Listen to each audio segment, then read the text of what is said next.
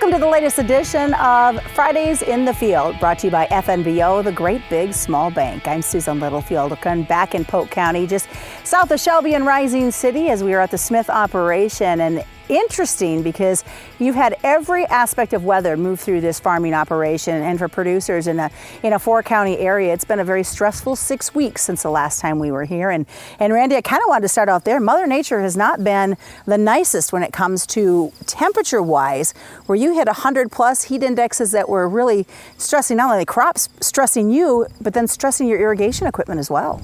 Yeah, we had a long run there. Temperatures, and with the dry spell, we had a heck of a time keeping up, and just kind of had to keep going, and it was getting very stressful at times, that's for sure, anyway. Well, I know coming back, and now that the cooler temperatures, hopefully you can catch up on some sleep, and the equipment itself can get a little bit of a rest. Kind of talk about what you had to do to keep that equipment running so you could get water on those crops. Yeah, there was a few places where you are having micro switches going out on your pivots, and then when it got, and then you're having your flat tires, your normal breakdowns, and then gearboxes and so on like that. And then when we had that hot spell last week, I had a little trouble keeping some motors going because they were overheating, and tried to rig up a little bit of a mister on them to keep them going, but luckily it didn't last too long. It lasted long enough, but that was kind of a challenge in itself when you're out there in the heat and everything else anyway. So most definitely. You know, when we were here last, we were talking about your dry land and the frustrations that you had with it, and you'd pretty much at that point had said it's about done. This was all rolled up, and it was about ready to shut down. It was so much shorter than the stuff that we could get water to, and then we started getting some of them rains, and it was really surprising to me how much growth that it got. I thought maybe it would be short and it would tassel out, but it actually got some pretty good height to it, and then tasseled out, and it's starting to get dry again, but at least it shot an ear. So we'll have to see what Mother Nature does for us in the next few weeks anyway. So what is your expectation then for the dry land when it has the ear kernel growth going? I think it's going to be hurt a little bit, just the way it shut down the way it did. The test weight could be down. You could have a little bit more of a disease problem on the dry land, so on like that.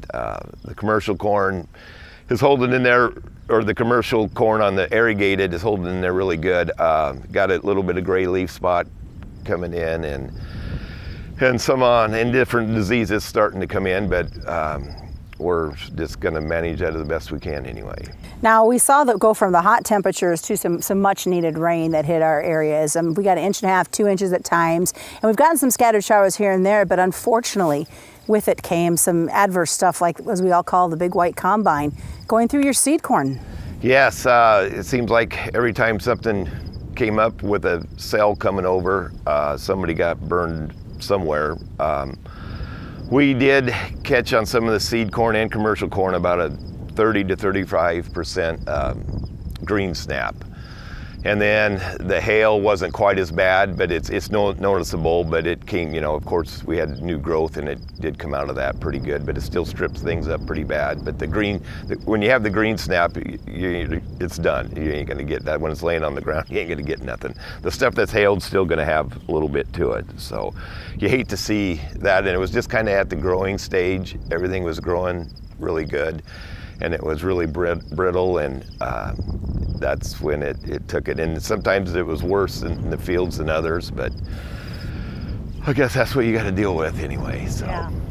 Now we can hear in the background, I don't know if our viewers and listeners can hear, but there are some machines running in your seed fields right now. Yeah, we're right now at the point on some of these fields that were planted earlier, we're doing the male destruction or male row, taking out the male rows. And with that, on some fields I put on a cover crop, so they got spreaders behind their male row cutters, and right now I'm putting on turnips. I'm going to see how that turns out. I've done it in the past, so it seems like that works pretty good. And then if you can run cattle on it, the cattle love the turnips anyway, and it's kind of it works out both for everything anyway. It works out good. So Well, the next time we come back, you're going to have those combines about ready to start going, another 6 weeks or so. Yeah, if we don't get any rain, this dry land's going to really come on in a hurry too. Yeah, that's just it. It will, definitely. So what is your outlook goal over the next 6 weeks for this crop?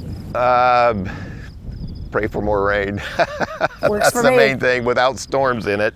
That's the main thing. It seems like just as soon have to pump a little water without getting a storm at this stage anyway. That's for sure anyway. Well, the irrigated crop behind us looks amazing, and it's nice to see those ears, and come harvest time that they're good and full and fill that combine quick. Yes, that's what we're all hoping for anyway. We hope the test weight's up good on the irrigated, and we'll just see how the dry land turns out and go from there anyway. Sounds good. Anyway. All right, well, hopefully next time when we come back, we'll be able to jump in the combine with Randy to watch this crop that we've been watching this entire growing season finally wrap up. That has been this week's FNBO Fridays in the Field, brought to you by FNBO, the Great Big Small Bank.